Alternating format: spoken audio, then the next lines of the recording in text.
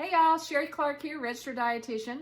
And did you know that between Halloween and New Year's Day, the average American gains a whopping 6 pounds?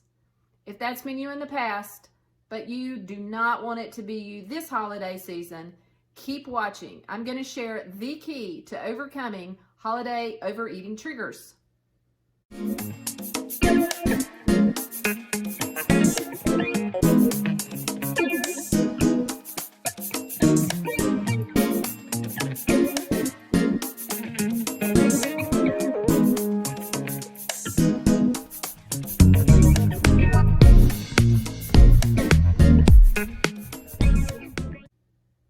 The holiday season can be especially difficult because there are so many temptations.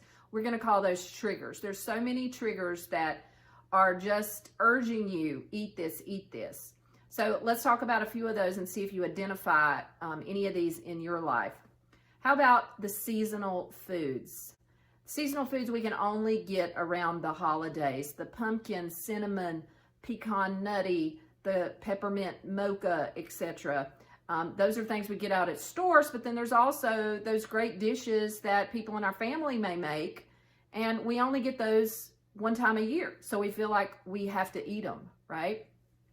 How about the receiving of gifts? How many people give you a gift of food, and then you feel like you have to eat it? How many times do you automatically open the thing right then and take one? Okay, so you receive gifts or you get gift certificates for food or for restaurants or for groceries, things like that. All of that makes it tempting. How about special memories of foods? Maybe with your little kids, you always made sugar cookies, or with, that was a tradition that was started when you were a little kid. So today you always eat the sugar cookies or the baked goods leading up into Christmas Eve or Christmas Day. Or like one tradition I have is I always make a caramel cake for Thanksgiving Day and for Christmas Day. It's like Aunt Sherry's caramel cake. That's my thing. So I get it. There's a lot of traditions around food and the holidays. Let's talk about stress eating though. What a stressful time of year, be it family coming into town, or you having to travel, or the pressure you put upon yourself to get the perfect gift, or your child is really, really wanting a certain gift that you can't find anywhere. So all of that leads to stress city. Does that stress trigger you to eat? So now I'm going to give you the number one key to overcoming all of these triggers and being in control this holiday season, and that means you won't gain weight. The number one key is you have to have a plan. If you don't, it's like going into the Super Bowl with no game plan. What are the chances you're going to win the Super Bowl? Very slim. No pun intended. So let's get into it. I'm going to help you right now develop your plan for the holidays, so on January 1st, you still fit into your jeans. Let's get started. So I'm going to give you several tips that may work into your plan. All of these I wouldn't think would work for you. Pick and choose what you think works for you. We're going to start out with what works the best for me. And that is, during the holiday season, I do not put any food in the off-limit category. So I will allow myself to eat anything that I want to eat. But here's the deal, I only eat one serving.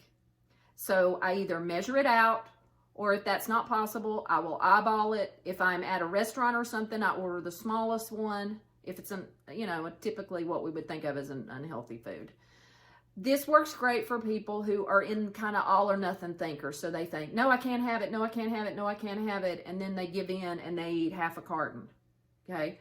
This works well. This is moderation, right? And this is a really, really good thing. What you have to see is that setting what we call loving limits for yourself.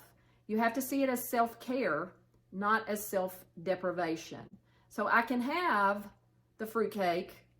I don't know why I'm using fruitcake. Who even likes fruitcake? But I can have the fruitcake, but I can't have half a fruitcake a day, okay?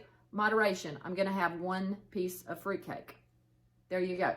So, number one, allow yourself to eat anything you want to eat, but limit it to one serving. Here's another tip. I'll allow myself to eat anything, but only if I'm physically hungry, and I do not allow myself to overeat to get to that stuffed, uncomfortable feeling. So you have to be really mindful of your body during this time. If someone offers you food or you see food and you check in immediately, say, am I physically hungry? If the answer is no, then you either say no thanks or you take it with you until you can eat it later. But you are going to let that be your guide, hunger and fullness. So on the other end of the spectrum, you're not going to eat until you feel gross, stuffed. Well, you know what that feeling's like.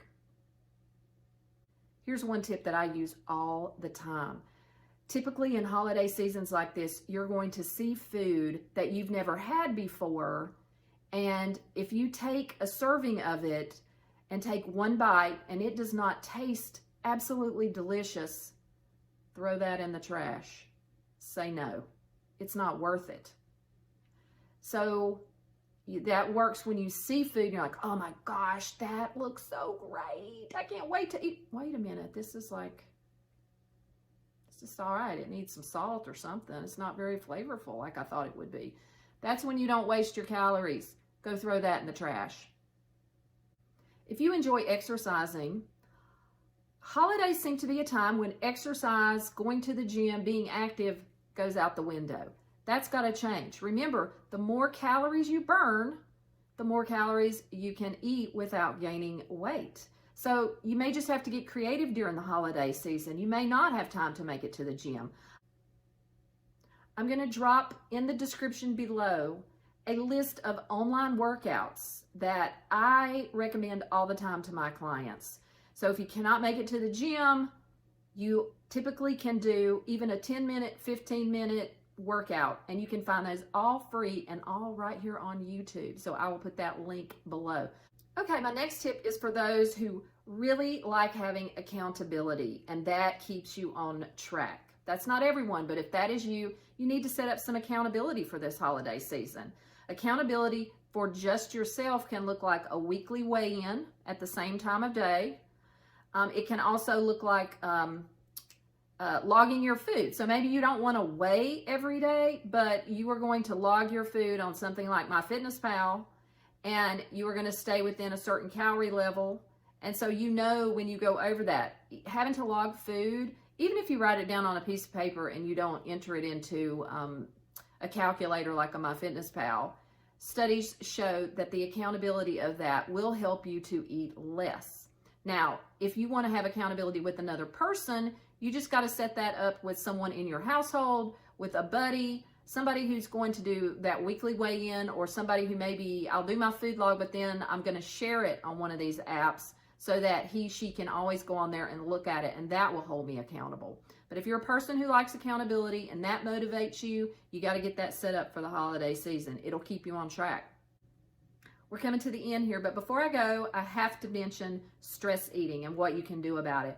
First thing you got to do is recognize it, okay? So check in and go, am I hungry? Then why do I want to order pizza? Why do I want to go fix peanut butter crackers? And if the answer is stress, then ask yourself, well, what is it that I really need if I'm not hungry? During the holiday season, you'll probably find you need some space, some alone time, some quiet. Maybe you need some help. You're feeling overwhelmed. There's too much to do. And maybe you're just tired. You need to rest or you need sleep. If these are your needs and you eat, eating is not going to help any of those needs. So ask yourself what it is I really need and give it to yourself. So use these tips to set up your holiday eating plan. Set some loving limits for yourself and stick to them this holiday season. What you want to do is set limits that you know if you follow them, you are not going to have to lie about what you ate. You're not going to have to sneak food. You're not going to feel guilt, shame, regret for what you ate. Set those loving limits and follow them, and you'll be great come January 1st. So remember, I'm Sherry Clark, registered dietitian. I specialize in helping people overcome emotional eating. If you want to check out more about my programs, then just click the link in the description. And as always, check out more videos here on my YouTube channel. Hit subscribe, and we'll see you in the next video. Thanks.